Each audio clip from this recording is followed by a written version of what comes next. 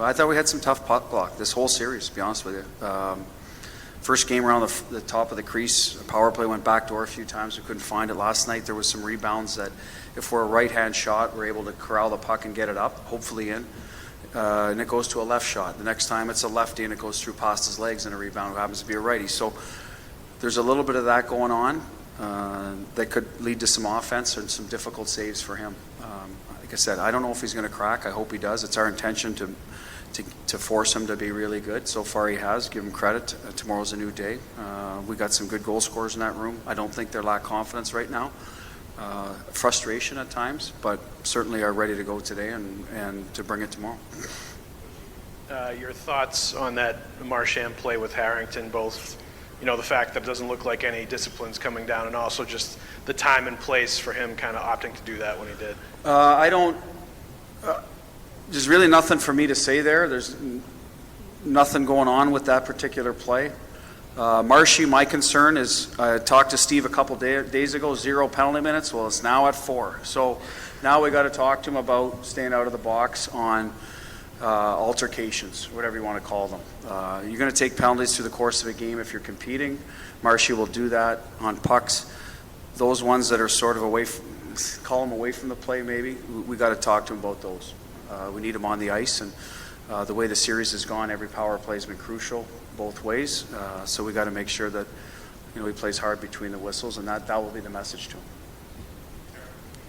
I was going to ask that same question, and I guess I'm curious just from the overall perspective in coaching Marchand, when something like that pops up, even if it's relatively minor like last night, does that indicate to you that it's sort of him channeling the good part of himself, or sort of channeling the bad part of himself and losing control? What does it say to you? Well, generally he's getting on the line with his penalties because he's getting whistled for them. So we got to keep him on the right side of the line. That's how I deal with it as a coach. Remind him how valuable it is to the team, that it's playoff hockey, that your name or number is circled in their locker room. We got to get this guy off his game. What does that mean? It means you're one of the better players. If you weren't a good player, they wouldn't be targeting you. So you got to understand that there's a little bit that goes along with it, and he's got to find that balance on the ice. And we've been dealing with this for a long time. So this isn't me just going up, hey, Marshy, knock it off. It doesn't work that way. He's got to find it in himself to make sure. We use his teammates around him to help him. Generally, if he starts having some level of success, that stuff goes away. Because, like I said, I think there is frustration when top guys don't score. Not unique to our top guys. Ask players around the league that are used to scoring. They get frustrated this time of year. There's a little more pressure. You don't have as much time to work your way out of it. So there's a little bit of that going on, I assume, with our group. The good news is they've been through it, and they've won before in difficult situations. So you hope they can draw on those experiences as much as me telling them, hey, let's keep it within the rules of the law.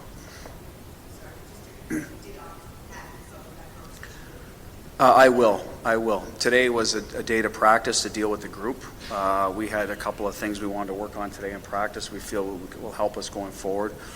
My talk with Brad will happen, and it'll be quick. We've had a few, and I think he recognizes how important he is. So I don't want to get in his head either. He just has to get out of his own way a little bit. Our whole group does, specifically that power play, get back to what they do well.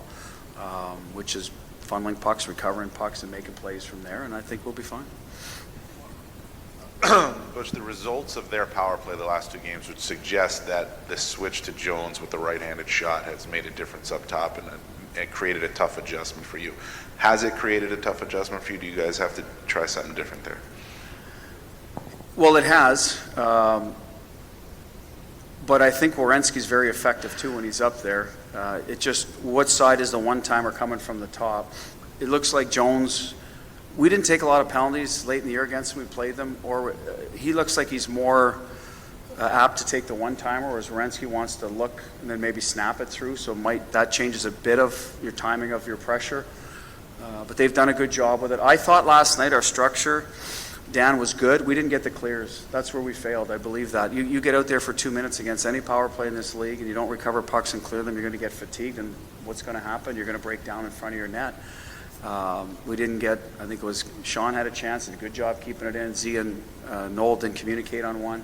there's a loose puck in front, Tuukka goes to reach for it, it just, there's a lot of sequence of events there that led to that goal, I think more than our structure in this case. I don't think it would have mattered who was up top, but we did make it trying to make an adjustment to take away the one-timer to Jones, and it hurt us a little bit the other night, that stretch, and the one-timer went to Panarin, so we got to be a little better at making those two forwards. It's almost like a 3-on-2 up top, right, with those two forwards. They got to make sure that they're working in sync with their sticks, and then take the shot from the outside, which, we didn't mind with Atkinson taking that wrister.